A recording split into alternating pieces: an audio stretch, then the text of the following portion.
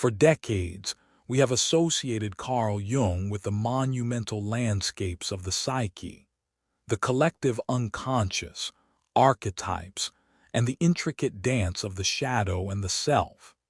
His work has permeated our culture, giving us the vocabulary to discuss our inner worlds in ways we never could before. Yet, beneath the surface of his celebrated theories lies a discovery he considered his most perilous, one that spoke not of grand, universal patterns but of a specific, rare group of individuals. This discovery, documented meticulously in his clinical notes, was about people with what he termed differentiated perception. This isn't just a personality trait, it's a profound, almost uncanny ability to see into the psychological and emotional undercurrents of the world in a way that escapes everyone else. Imagine walking into a room and instantly sensing the unacknowledged tension between a married couple, seeing the desperation behind a colleague's forced smile, or feeling the unspoken animosity in a group conversation. These individuals could, as Jung observed, read micro-expressions with startling accuracy, sense hidden emotions, and perceive psychological patterns that remained invisible to the collective eye. They saw through social masks, detected lies almost instantly, and felt the unconscious dynamics in every room they entered. Jung's extensive clinical practice was the crucible for this insight. He documented countless patients who possessed this extraordinary faculty. One of his early and most compelling cases, which we'll delve into in a later chapter, was a young woman who came to him in 1913. She possessed such a finely tuned intuitive perception that she was a psychological lightning rod. She could not engage in small talk because she saw the performative hollowness behind it. She struggled to maintain friendships because people felt uncomfortably exposed in her presence. She couldn't hold a job because her very being disrupted the unwritten, unspoken agreements that keep groups functioning, the collective illusions everyone tacitly agrees to uphold. This wasn't an isolated case. Jung saw this pattern repeat itself again and again. Patients with this gift consistently found themselves isolated, exhausted, and unable to maintain what society considers normal relationships. The paradox was profound. Their greatest psychological strength was also the source of their deepest suffering. Society didn't reject them because they were unstable or pathological. It rejected them because they were a mirror society couldn't bear to look into. Jung came to a startling conclusion. He wasn't treating a mental illness. He was witnessing a dangerous clash between a highly evolved consciousness and a collective that was not ready for it. The danger, as Jung saw it, wasn't in the perception itself. The danger was in the unlived life, the unconscious, unacknowledged contents of others that these individuals inadvertently made conscious. This is where Jung's concept of shadow projection becomes critically important. When a highly perceptive person reflects the collective shadow, the traits, impulses, and aspects that a group refuses to acknowledge about itself, they become a target. The unconscious mind of the collective has two choices: integrate the shadow or attack the mirror. Far more often, it chooses to attack the mirror. This explains the perpetual social isolation these individuals face. They are often blamed for problems they are merely observing. When they gently point out a subtle tension, they are accused of creating drama. When they express a genuine concern about a brewing issue, they are dismissed as negative or judgmental. This is not a coincidence. It is a psychological defense mechanism on a collective scale. As Jung wrote, everything that irritates us about others can lead us to an understanding of ourselves. But for most, it's easier to attack the person reflecting their shadow than to have the courage to look inward. This leads to the scapegoat phenomenon. Highly perceptive individuals often become the designated problem causers in every group they enter: a family, a workplace, a social circle. Not because they are the source of the issues, but because they are the ones revealing the issues that already exist in the collective unconscious. They become the repository for everything the group cannot consciously acknowledge about itself.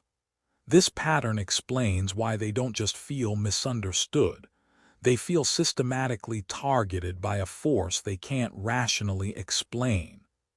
Jung's most chilling insight was this: a person with this gift will either be destroyed by it or transformed by it.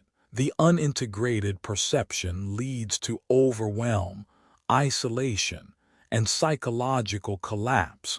Much like a psychic vessel that is flooded with more information than it can possibly contain. But the integrated perception, channeled consciously and with wisdom, becomes a profound force for good, a catalyst for both individual and collective evolution.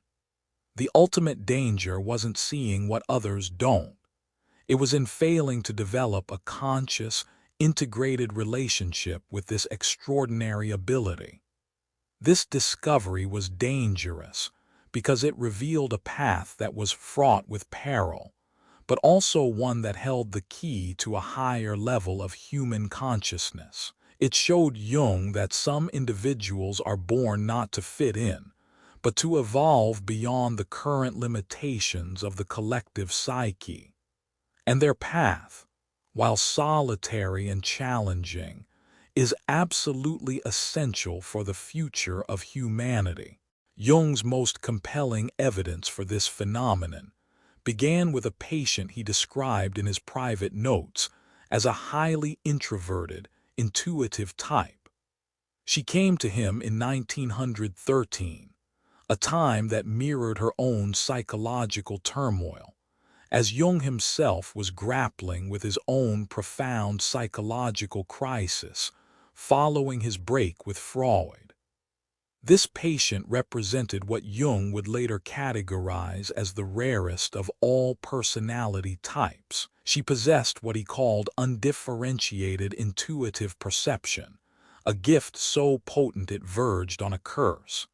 She could walk into any room and immediately sense the entire psychological atmosphere: who was lying, who was in emotional pain, who harbored a secret resentment. Her intuitive faculty was so finely tuned that it absorbed the raw, unedited emotional data of her environment. This wasn't a matter of simple empathy. Jung wrote, "The patient displays an extraordinary capacity for perceiving unconscious contents in others, but this faculty appears to cause her considerable distress rather than advantage."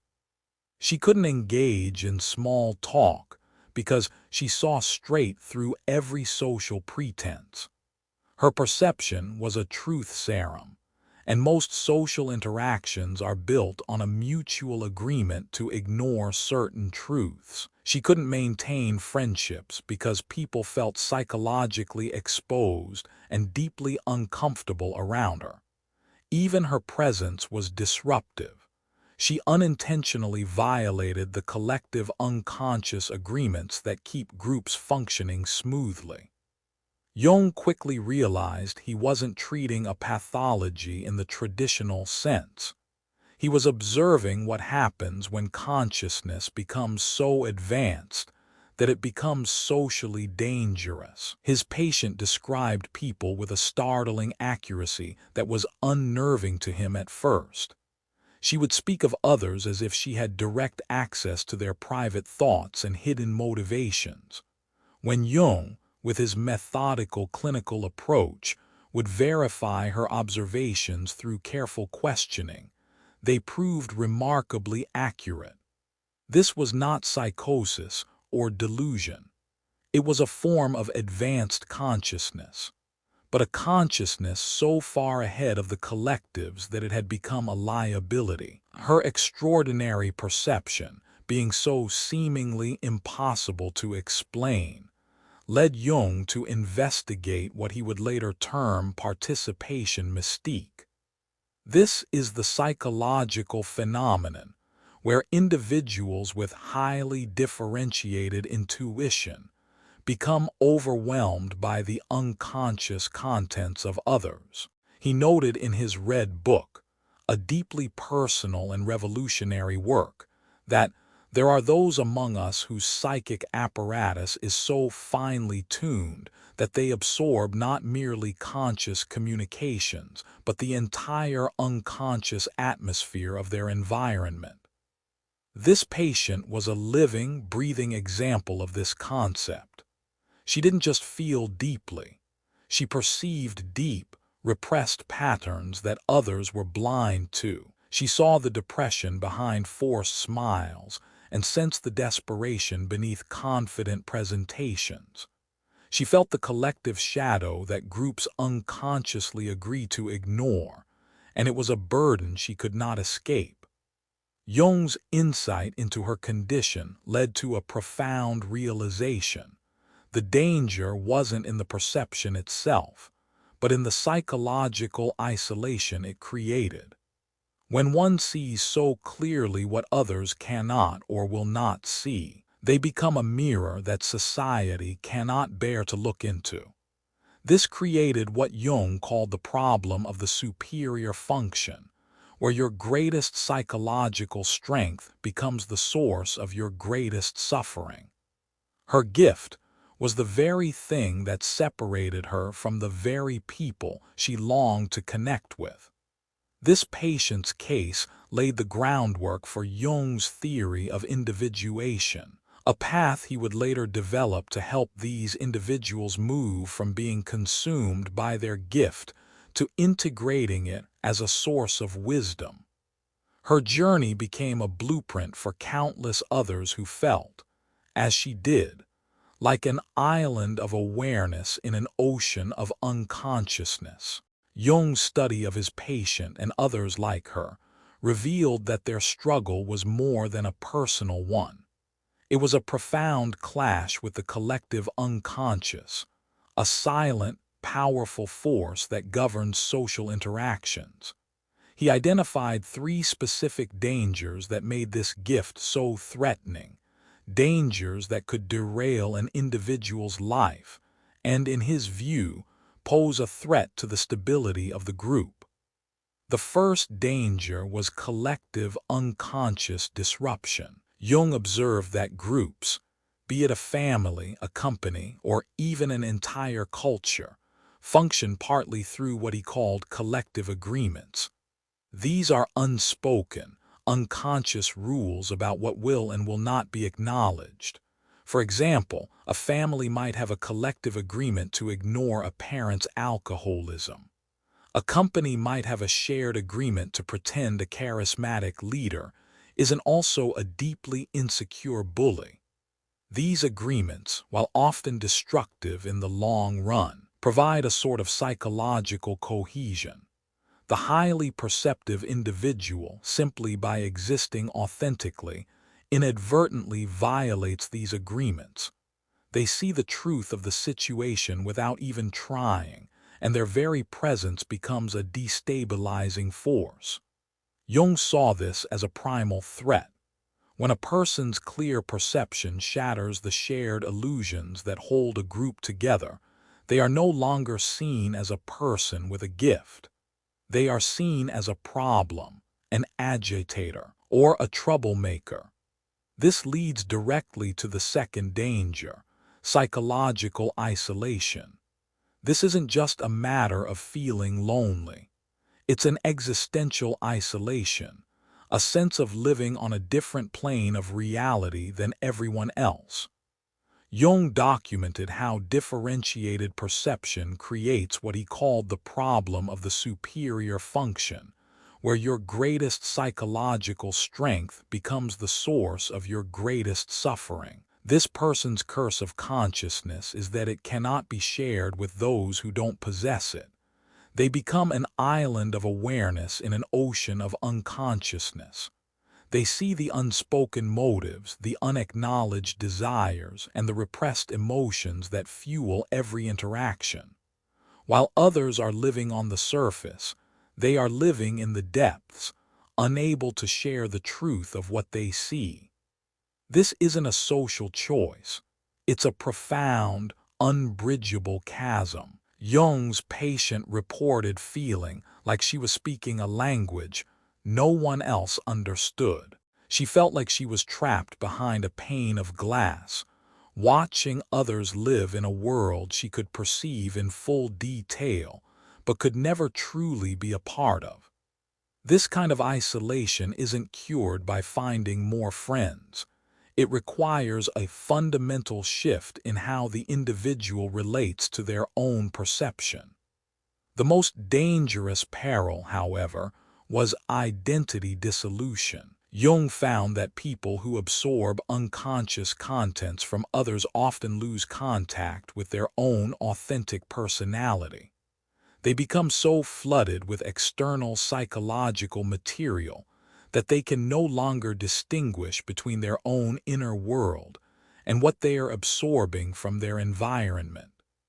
This is the state of participation mystique, where psychological boundaries dissolve and the individual becomes merged with the collective unconscious contents. For Jung, the danger wasn't just social exile, it was psychological annihilation.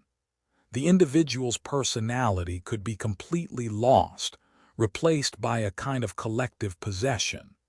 The patient from the previous chapter described feeling like a sponge, soaking up the anxieties, resentments, and sorrows of everyone around her until she felt she had no self left. She would experience the unlived emotions of others, the feelings they had repressed, and it was a psychic burden that nearly destroyed her. This is why Jung considered the integration of this superior perception not just a therapeutic goal, but a psychological imperative.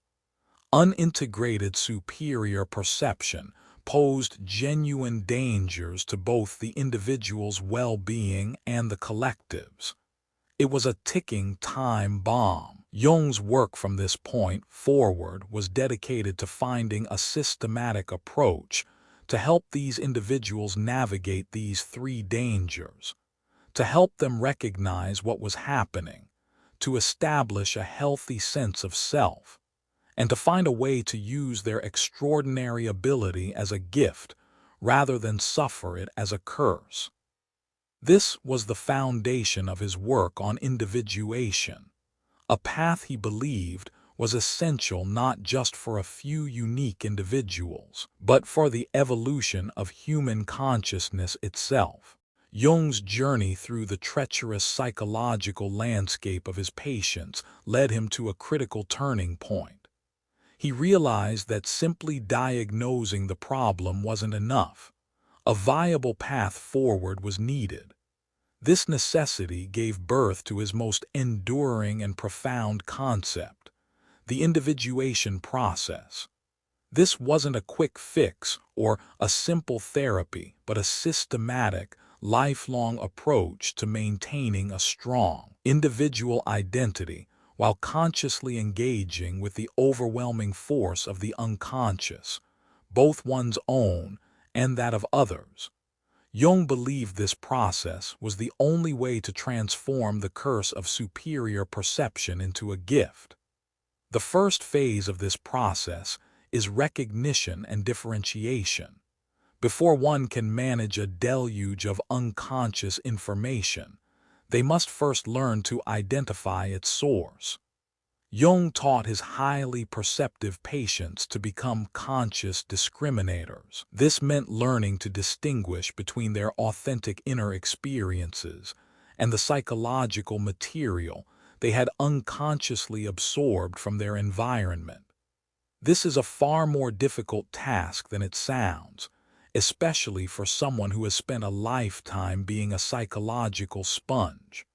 Jung's core instruction was simple yet radical. The first task is to establish what belongs to you and what belongs to others. Without this discrimination, there can be no individual development. His practical technique for this was solitude. He instructed patients to spend time in complete solitude daily, in silence, allowing the absorbed material to settle. In this quiet, a person could finally hear their own authentic psychological voice, unclouded by the noise of the collective. This was not an act of social withdrawal, but a necessary discipline for psychological self-possession. The second phase is shadow integration. Jung discovered that people who see others' shadows with such startling clarity often do so because they haven't integrated their own.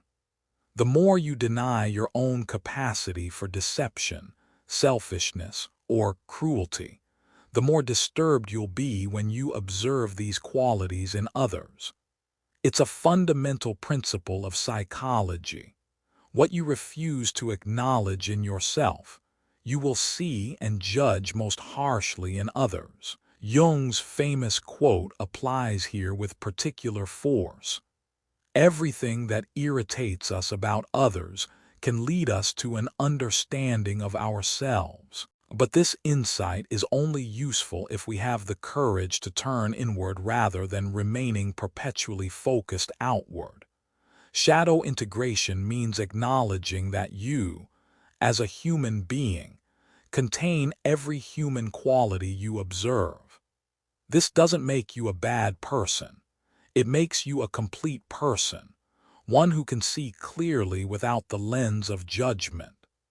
This phase transforms the person from a judgmental observer into a compassionate witness, able to hold space for others' imperfections because they have made peace with their own. The final phase is conscious participation. The goal of individuation is not to withdraw from the world, but to engage with it more consciously.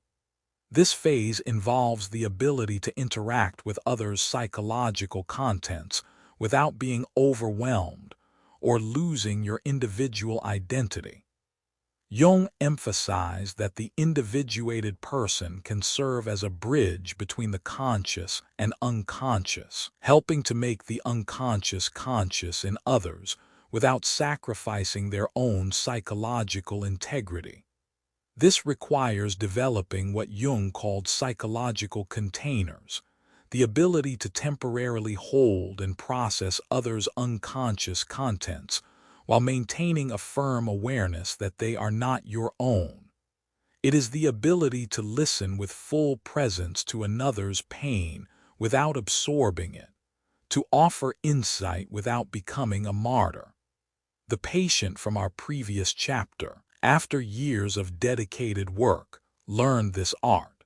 She could enter a room and still perceive the collective dynamics, but she no longer became overwhelmed by them.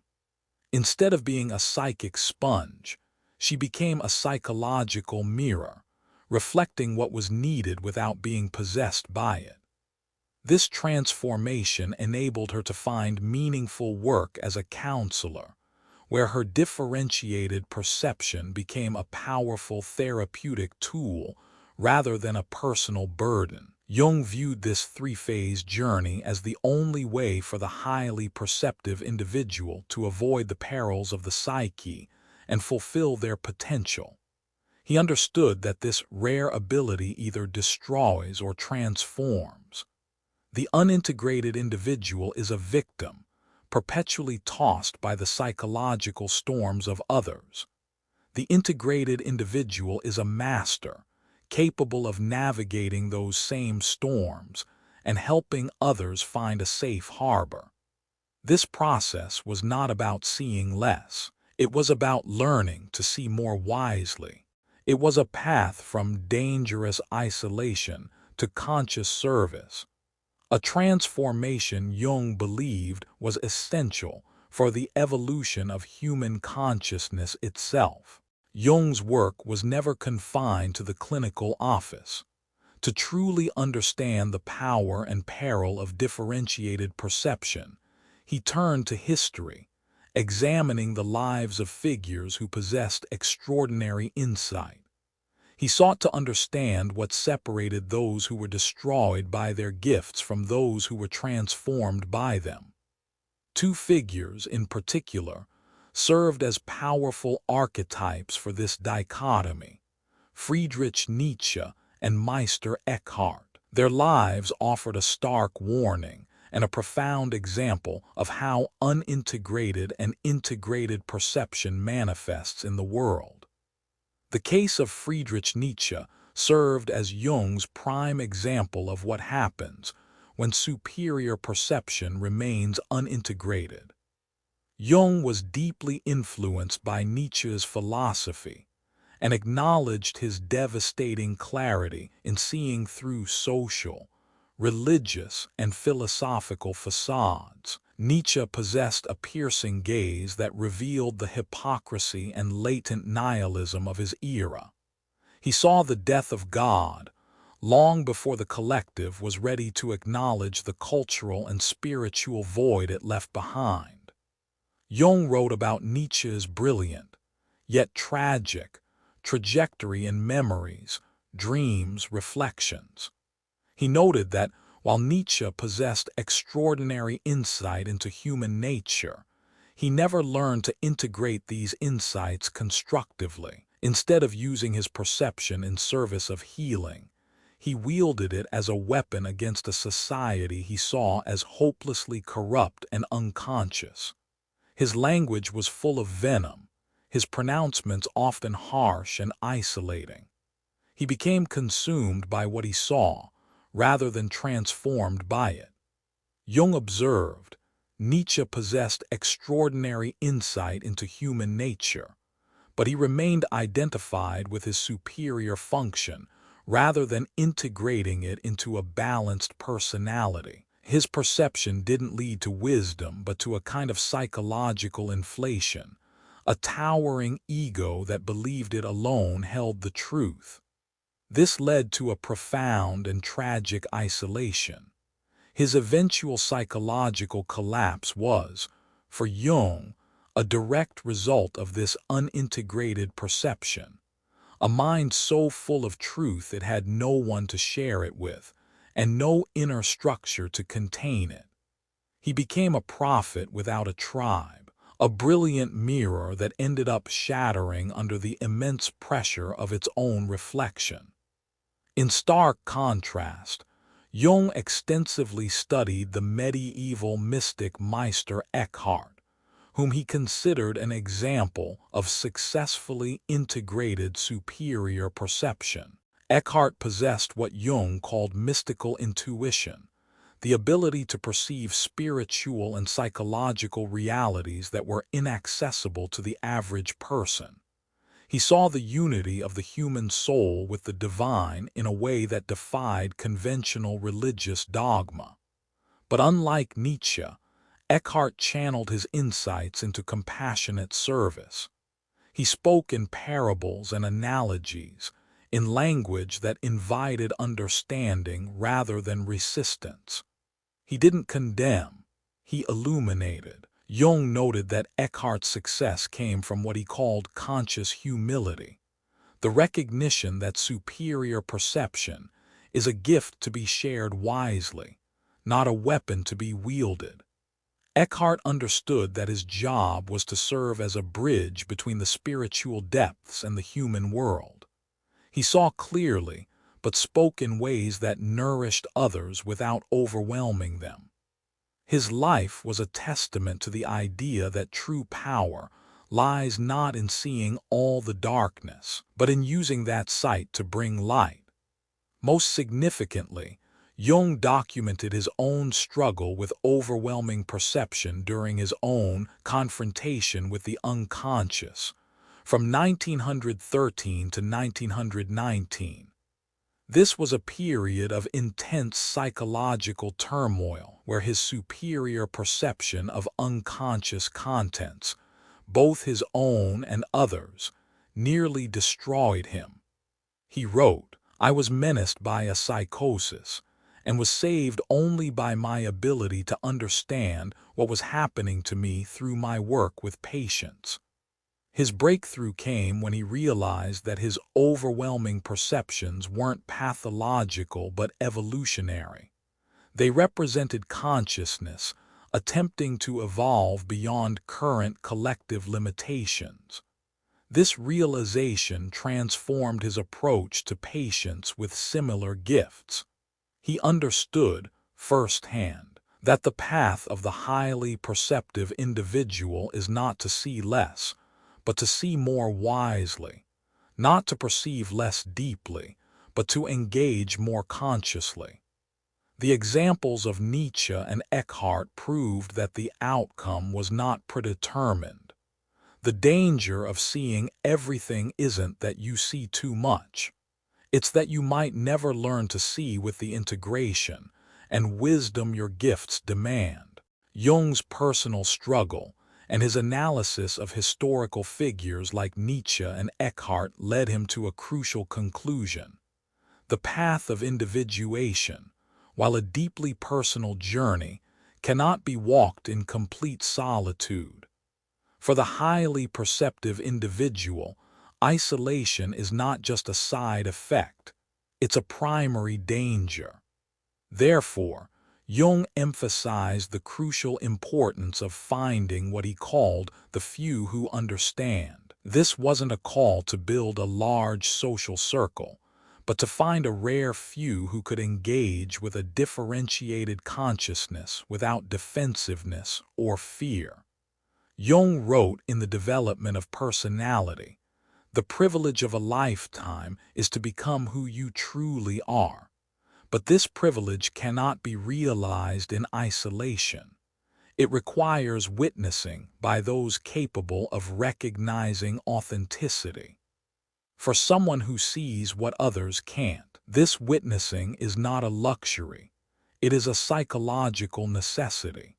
It serves as a reality check, a validation of their experience, and a safe harbor in a world that often feels psychologically hostile." He identified 3 essential types of relationships for the highly perceptive individual, each serving a unique function in their journey.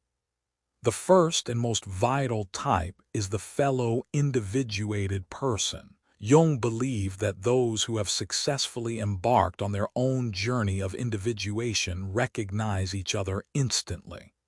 There is a quality of presence, an authenticity that cannot be fabricated, he noted. These connections often happen with a sense of immediate, intense recognition, a feeling that you've known this person forever. They are members of what Jung called the conscious minority. With them, you don't have to censor your perceptions or soften your insights. You can be completely authentic without the fear of overwhelming or threatening them. These relationships are rare, but they are essential for psychological survival, providing a space where the highly perceptive individual can feel truly seen and understood for who they are, not just for what they can do. The second type of relationship is with those engaged in individuation. These are people who, while they may not possess the same level of differentiated perception, are actively working on their own inner lives through therapy, self-reflection, or spiritual practice. They are on the path, and because they have begun to know themselves, they can bear to be known by others. Jung wrote, "Those who have begun to know themselves can bear to be known by others." These individuals possess a certain psychological mindedness and a genuine curiosity about inner reality. They ask genuine questions about your observations rather than immediately defending against them. They are willing to acknowledge their own contradictions and limitations without shame. Engaging with these individuals offers a middle ground where a highly perceptive person can practice their ability in a safe environment, gradually revealing their insights and learning how to navigate social interactions without causing disruption. The third and final type is the natural container. Jung identified individuals who, while not necessarily engaged in formal inner work, have an innate ability to hold psychological content without being overwhelmed by it. These might be mature, stable individuals who have weathered significant life challenges, giving them a quiet strength and emotional resilience. They possess a grounded presence that can absorb and contain the raw psychological energy that the perceptive individual often radiates. These relationships are not about mutual deep insight, but about providing a stable, non-reactive presence. This is a person with whom you might not have a highly intellectual discussion about the collective unconscious, but in whose presence you feel a profound sense of calm and safety. Jung's protocol for revealing perceptive abilities was cautious and strategic. It wasn't about dumping one's full perception on others. He taught a process of gradual revelation. Begin with small, gentle observations. Notice their response pattern to feedback. Assess whether they become defensive or curious, and only then, gradually increase the depth of the insights based on their demonstrated capacity. Most importantly, he emphasized framing these insights as offerings rather than pronouncements. The goal, he wrote, is not to find people who accept everything you see, but to find people who can engage with your perceptions as valuable contributions to understanding rather than threats to their self-image. This strategic approach transforms the highly perceptive person from a potential aggressor into a thoughtful contributor, enabling them to build meaningful connections without sacrificing their truth or their relationships. Jung's insights were never meant to be a static diagnosis of a psychological type. They were, instead, a roadmap for transformation. The goal was not merely to help the highly perceptive individual survive, but to help them thrive, to transform their gift from a crushing burden into a profound contribution to the world. Jung outlined 4 distinct stages on this journey, a psychological evolution that moves a person from overwhelm to integrated wisdom. This process is not a linear climb but a dynamic, often cyclical journey that requires constant conscious effort. The first stage is recognition without overwhelm. For most of their lives, individuals with differentiated perception have been crushed by their abilities. They've been told they are too sensitive, too intense, or too much. The initial and most crucial transformation occurs when they learn to simply acknowledge their perceptive abilities without being annihilated by them. Jung called this the conscious acceptance of the superior function. This is the moment a person stops seeing their gift as a malfunction and starts seeing it for what it is, a core, authentic part of their being. It's the moment of self-realization where they stop fighting themselves. As Jung wrote, the beginning of wisdom is the recognition of what one actually is, not what one wishes to be or fears to be. This stage is the foundation upon which everything else is built. Without this conscious acceptance, every piece of psychological information becomes a threat to the self, a new piece of evidence that they are somehow broken. The second stage is integration without isolation. Once a person has accepted their superior function, The next challenge is to learn how to use it constructively while maintaining meaningful relationships. This is the delicate dance of becoming authentically yourself while remaining connected to others. Jung called this social individuation. The individuated person does not withdraw from the world. They engage with it more consciously, discerning when to share their perceptions and when to hold back.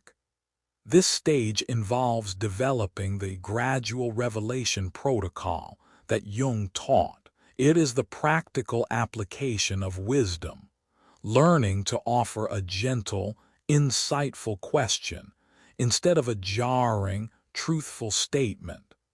It's about finding the balance between being true to what you see and being compassionate toward those who cannot see it. This is where the relationships identified in the previous chapter become essential, providing a safe testing ground for this newfound skill. The goal isn't to be less perceptive, it's to be more strategically perceptive. The third stage is service without sacrifice. This is the profound shift where your perception stops being a burden you carry and becomes a gift you offer. Jung called this conscious participation. It's the act of using your abilities in service of others without depleting yourself in the process. This stage is about learning to serve as a bridge, helping others connect with their own unconscious contents without losing your own sense of self. A highly perceptive individual at this stage doesn't see a person in pain and feel the compulsive need to fix them. Instead, they see the unacknowledged potential within that person and help them discover it for themselves. It's an act of profound humility and strength.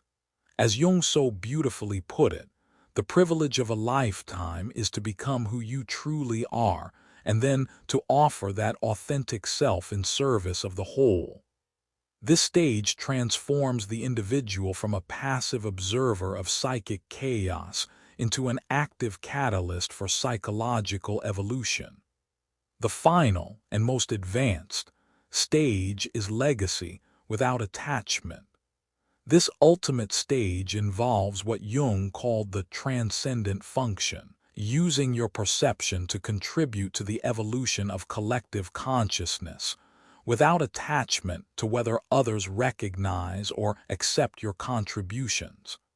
An individual at this stage has moved beyond the need for personal validation. They work for the future, not for personal recognition in the present. They see clearly, but they hold their abilities lightly. They are able to perceive deeply without a compulsive need to fix everything they observe.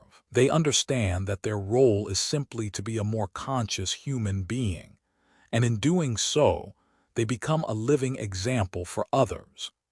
This is the highest form of integration, where the personal journey becomes a cultural medicine. Jung believed that these individuals serve a vital evolutionary function, seeing what the collective consciousness is not yet ready to acknowledge, and in their very existence, helping to prepare humanity for the next necessary developmental step. They are the pioneers of consciousness, guiding the collective from the unconscious chaos that often comes to us as fate, towards a more intentional and integrated future. Jung's framework was never a theoretical exercise. It was a practical guide for a specific kind of psychological being. He believed that individuals who successfully integrated their superior perception served an essential evolutionary function for human consciousness. In his seminal work, The Undiscovered Self, he wrote, "The individual has always been the carrier of the living spirit, the one who brings about the change in society." Jung viewed these highly perceptive individuals as what he called consciousness pioneers, people whose psychological development precedes the collective readiness. They are the advanced scouts, charting psychological territories that humanity will eventually need to explore. Jung observed a historical pattern. Individuals with superior perception often appeared before the collective consciousness was ready to integrate their insights. They were seen as heretics, madmen, or mystics. Their personal symptoms often reflected what the entire culture would eventually need to address. This is the ultimate service. The sensitive individual feels the collective problems first and most intensely. Their personal suffering is a microcosm of the culture's unaddressed shadow. By integrating their perception, they don't just heal themselves. They create a new blueprint for the collective. Jung's crucial insight was that superior perception serves evolution best when it's integrated consciously rather than suffered unconsciously. The goal isn't to be a martyr to consciousness, but to be a bridge between what is and what is becoming. However, the path to this ultimate contribution is filled with specific dangers. Jung warned about common pitfalls that can derail this transformation. The first is the inflation trap. This occurs when individuals become identified with their superior function rather than integrating it. In two essays on analytical psychology, Jung warned, "The danger is that the ego identifies with the archetype, leading to an inflation that cuts the individual off from human relationships."